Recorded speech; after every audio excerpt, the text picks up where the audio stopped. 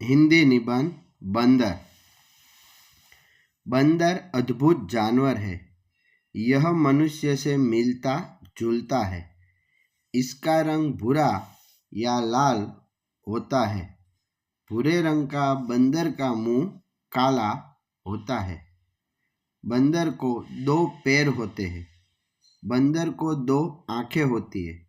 बंदर को 2 छोटे कान होते हैं। बंदर को 1 पूंछ होती है। बंदर की पूंछ लंबी होती है। बंदर जंगल में पेड़ पर रहता है। कभी बंदर बस्ती में भी आ जाता है। बंदर बड़ा चंचल होता है। बंदर शरारती भी होता है। बंदर पेड़ पर उछल कूद करता है। वह पत्ते और फल खाता है। बंदर की प्रिय खुराक मूंगफली है। बंदर कभी कभी कई खेल दिखाता है।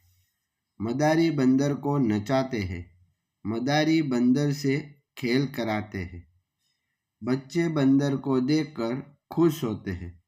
बंदर बच्चों का प्यारा जानवर है।